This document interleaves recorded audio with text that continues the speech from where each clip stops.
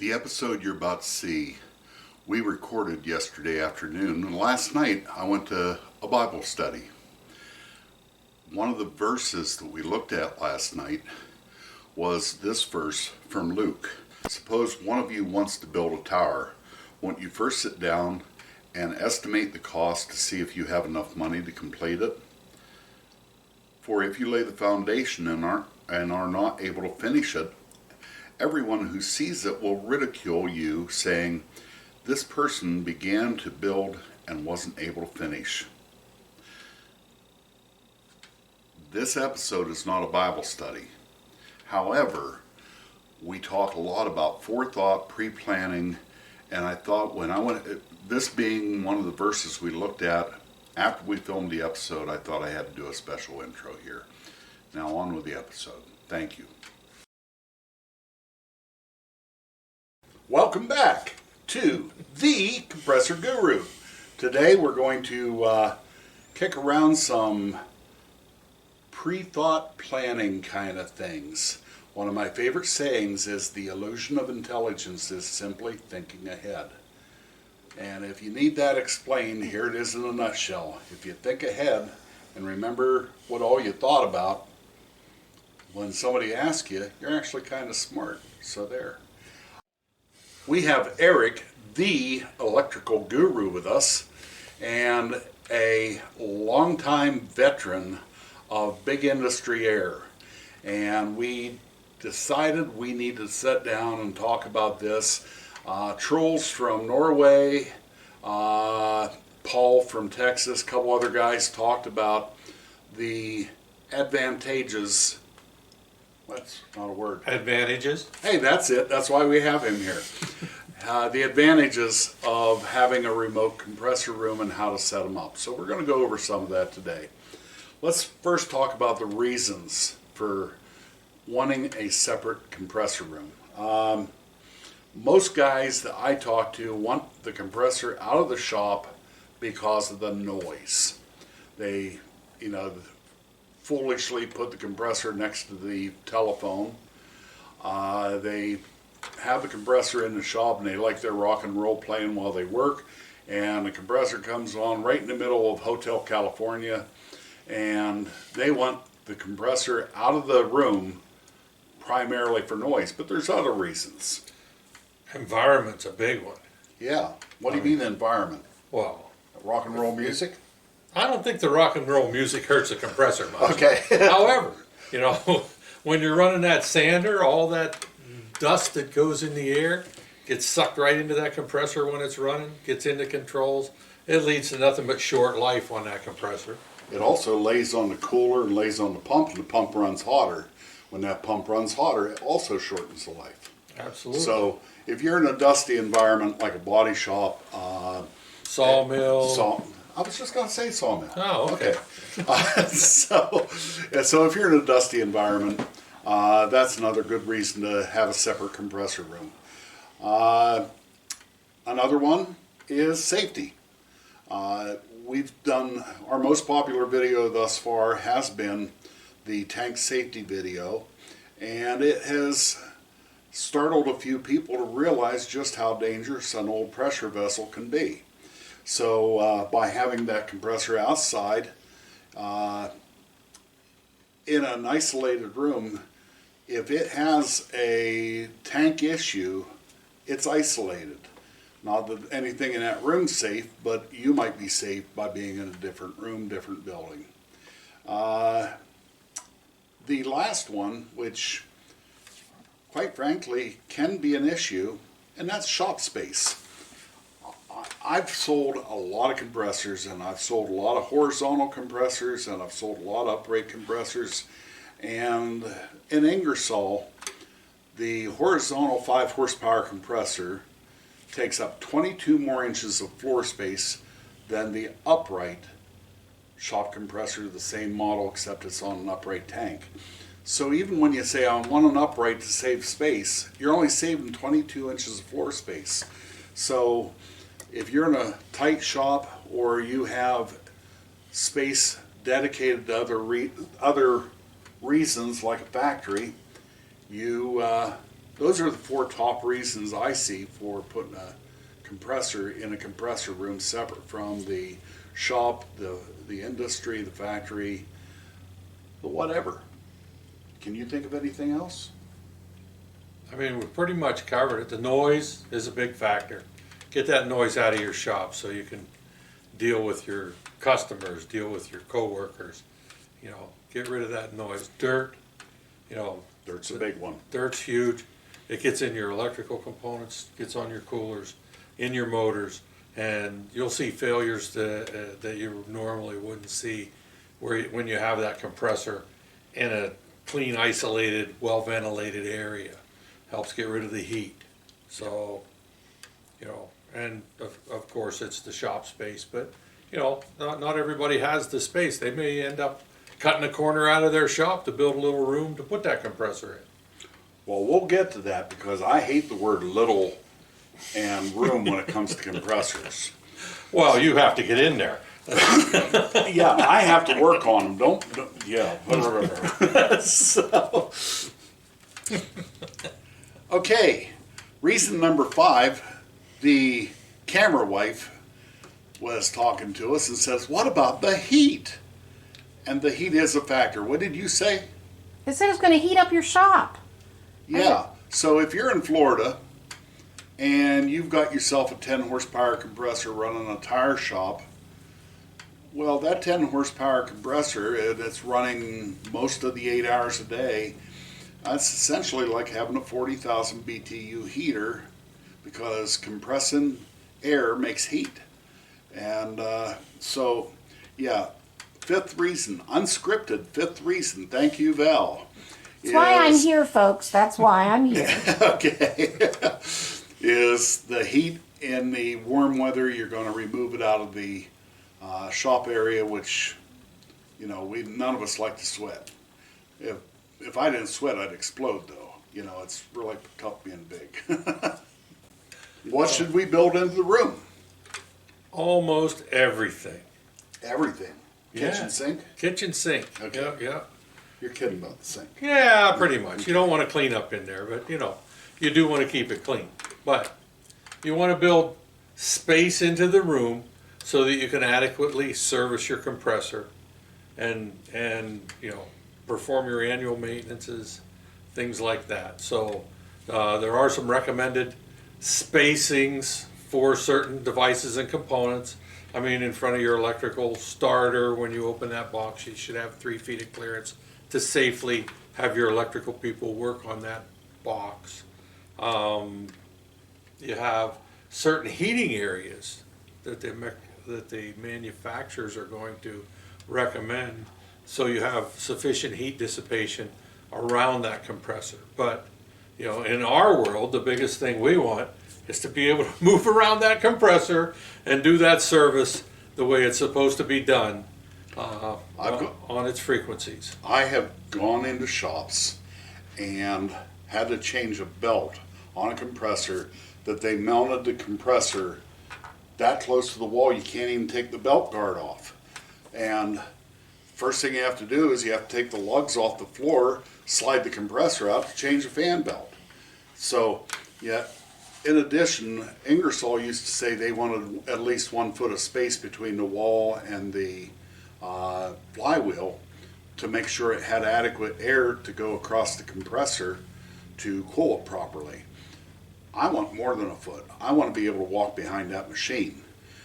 While we're talking about space, the idea of space, you don't want to just have enough space for the one compressor. What if you are just starting out and maybe you've been in business a year and you decide you're going to build a little compressor room? Little's the wrong word. You want to leave yourself enough room to do Expand. expansion, yes. You know, there's a storage shed at a customer, and he put a storage shed outside of his truck garage, and he put his new compressor in, he put his old compressor in, and he has room for 1 or 2 other compressors. And he's not using it for tire storage and this storage and that storage. It is strictly compressors. And there's other things you can put in a compressor room that make sense, but they moved the noise out of the shop and put it in a shed, and they left room to add more compressors if they need them. So room to expand is important. The other, Well, thinking about room to expand though, when you put that compressor in there, you wanna make sure you have that first pipe size you run into your shop is sufficient to carry what you might wanna put in there. yeah, so if you only need 1 inch for what you're currently doing, but you might consider expanding to twice your capacity in the next 5 years, you may want to run 1.5 inch pipe. Exactly. And the reason I didn't say 2 inch, because you have to consider the amount of volume that will go through a 1 inch. You'll actually double your volume. You don't have to go to 2 inch to actually double your volume. I'll put a pipe sizing chart in the description for you. The illusion of intelligence is simply thinking ahead. I have trained her well. So we're thinking ahead. We're talking about space in the compressor room. And I've had boiler inspectors look at a tank, and because they couldn't walk all the way around it, they were not very happy. It wasn't my compressor, but the customer told me that the boiler inspector wasn't very happy with the tank because he couldn't walk all the way around the tank. And for maintenance reasons, to keep the inspectors happy, and just for all around peace of mind and work on the machines, leave yourself room to walk around it. Leave yourself room to expand. And I'll tell you one other thing you ought to leave yourself room for. Some filtration, some dryers, aftercoolers. If you're not already equipped with an aftercooler on your compressor, you may want to put a standalone aftercooler in the room and improve the quality of your air. You may not be able to get a air dryer that will take the hot air. You might have to have an aftercooler as a requisite for your air dryer, and you're going to have room for both of those. So we're talking about room, and most of you can't operate without an air compressor, so you might as well do it right. Speaking of doing it right, we talked about this in the episode Multiple Compressors, and it was, I have a customer, and I found a picture from him. I will put it up on the screen that I didn't have for that episode. When he started, they needed a 30 horsepower compressor, and I said, why do that? And instead of a 30 horsepower compressor, he lined up 3 10 horsepowers, and if he has an issue with one machine, he's not totally down.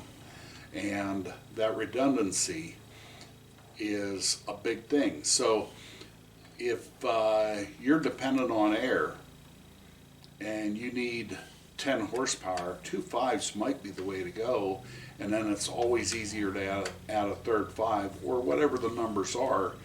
You can figure it out that way. But the fact that you are never down, if you have a second compressor to pick up the slack and you can at least get your emergency work out, it's something worth thinking about. Eric, you were with me. Looking at peaks. Yeah, there we go. Okay, sometimes that peak demand is gonna require that 20 or 10 horsepower or 30 horsepower, but on a normal running day, you don't need that. So having 2 smaller compressors means that only one of those, 5 horsepower machines is running, so it's gonna help your utility bill also. It's gonna run a much more efficient system for you if those compressors are set up and structured and stepped into your system as your demand goes up or demand goes down. So I just sent you out on a job here not too long ago on a tandem compressor that they had evidently a problem with a pressure switch, so they wired both starters from the 2 compressors into one pressure switch and made a wiring mess out of it, didn't they? yeah, absolutely. And we put a second switch on it, separated the starters to their own switch for their own compressor and offset the switches so that it handled the peaks and was easier on the power bill when they only had one man in the shop working, but when everybody picked up an impact wrench, they had enough air. So building that redundancy, not just having the spare air, but being able to have it calibrated so it leads in when you need the air and doesn't use all the compressors when you don't need the air, is a great way to set it up. You can learn more by checking out the link in the description on the multiple compressor systems. Eric, when you were at the glass plant, or when you were at the bulb plant or lamp factory, I learned the difference between light bulbs and lamps. So, No, you didn't. I still use the wrong word, but I know the difference.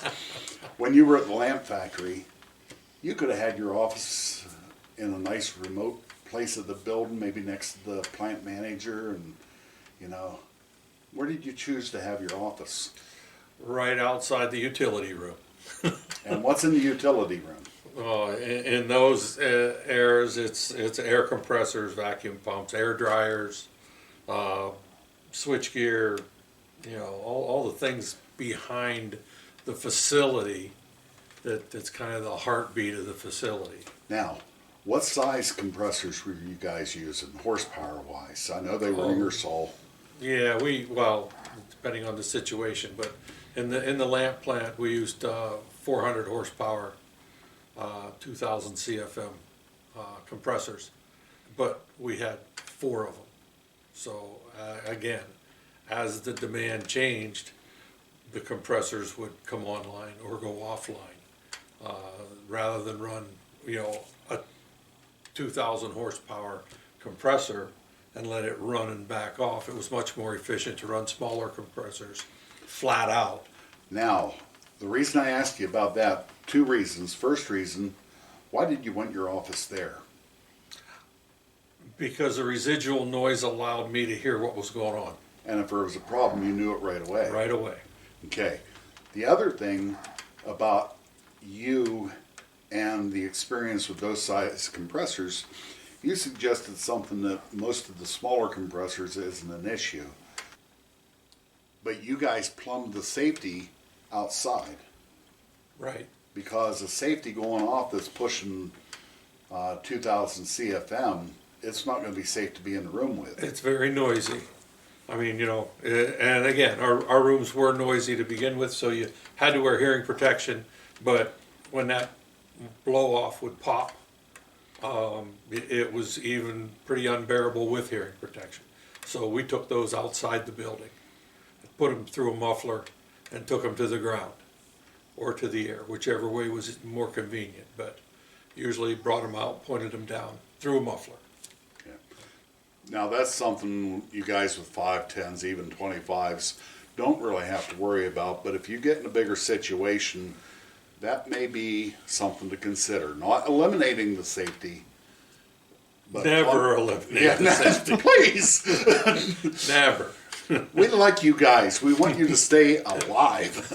So, but plumb them outside. Take appropriate size pipe, plumb the safety outside, and you'll still hear it if it goes off. Absolutely, you're going to hear it. Mr. Electrical Guru, what's Yes. important? Now, why are you such a gem for me in this business? I work cheap. Oh. I need to cut your pay then. Yeah. So, but you have extensive, intimate knowledge of electrical and electrical codes. Yes. So there are, in the States you have this, book called the National Electric Code, and it will take you through, safe working distances and ampacities of wire and disconnecting and starting and all those types of things that you need to set this up properly. But if you're going to set up this room and you think in the future I'm going to need a second compressor, run that wire one time. Don't run a number 10 wire out there and say, okay, I'm done. Because you may end up running a second number 10 wire out there to pick up that second compressor. But, you know, check your ampacities, check with your electrician or your local electrical guys, and they'll help you size that wire that you're going to take there, and then set up a distribution for it. Set it up with disconnects.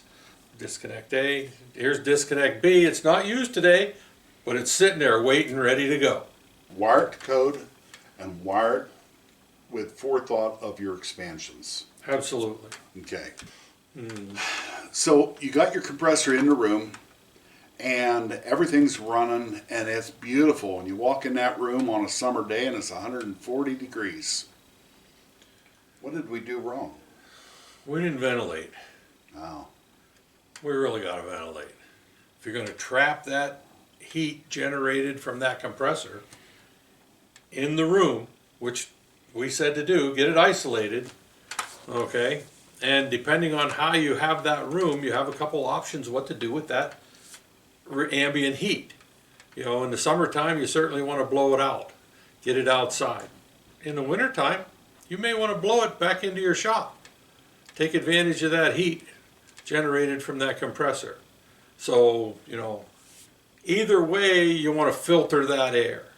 There are cabinets on some screw compressors from some brands that you can duct right off of the cabinet on the compressor into your heat system and basically have yourself a big dampener to either shoot it outside or shoot the heat into the HVAC system for the factory or the plant or the shop. And like I said, the numbers are 100,000 BTU per 25 horsepower. So you are talking about, you know, a furnace that would heat in a small home being in a 25 horsepower, and that can significantly cut your heating cost in the wintertime. Unless your winter's 85 degrees. I don't live in Florida. He's a snowbird. But those are some ideas to try and help you take the advantage of, you know, the energy that you're using and how to best utilize it. You don't want to blow that heat into your shop in the summertime and then, you know, open doors and windows and blow fans to either bring cooler air in or blow hot air out. You know, take care of that heat at the source. That's going to be the most effective way to deal with it. Now, okay, let's talk about what not to do. I have a customer who literally had a closet, and that's where this compressor is today, in a closet that I would fit into, not with the compressor, by myself. And he crammed that compressor into that closet, and it's nice and quiet. It doesn't breathe. You can't work on it. Quite frankly, I don't want to work on it because I can't get in there. When you set your compressor room up, don't just stuff it in a closet and call it a compressor room. I see different videos on the internet, and I'm not going to throw stones at other YouTubers, but I've seen guys literally build a tight little box around a compressor and say, there we go. Don't do that, okay? This video today is going to be full of links in the description. I'm going to put a link in the description of the very worst place I've ever seen a compressor put. It was in a boiler room. The compressor was between the boiler and the coal pile. And the room wasn't that big. So those are the two that I have. Don't put it in a closet and don't put it in a boiler room. And, you know, really, again, the factory floor is not the best place for your compressor. We had one that we worked with several months ago that they actually had a coating operation, and all that powder from the coating was just in the controls and in the motors and in the belts, and it created a very difficult situation for the compressor. So again, you know, when you do set up your room, you want to ventilate it. You want to filter that ventilation so you don't get You know, even if you're off to the side of your building, you don't want to be sucking ragweed in and blowing it in across your compressor. You want to filter that air coming in. And filtration is not expensive. Filtration can be simple, you know, just like the filtration in your furnace at home. You know, everything going into your home's filtered. And we do sell the fans for the other side of the filtration. You have your filter here, and you have a fan here. We do have louvered motorized fans that will come on with temperature and ventilate the room and turn off when the room's cool enough. We do sell those. Contact me through thecompressorguru.com. So, There you go, camera wife. You took Yeah. your line. .com. so did I pretty well kill the don'ts? I think we did pretty much kill the don'ts. So we have the reasons, we have the what you should do, and we have the what you shouldn't do's. Folks, check out the description in the video. There will be some links there to get more information about some of the stuff we touched on. We thank you for checking out this episode of The Compressor Guru with the Electric Guru. And we want to say thank you, God bless, have a great day. Hit that like, subscribe bell, and go watch another one of my videos. God bless. It's nice that you guys have decided to go with the holiday theme, too. We will always know what season we were able to record this in. Are those new? Yes.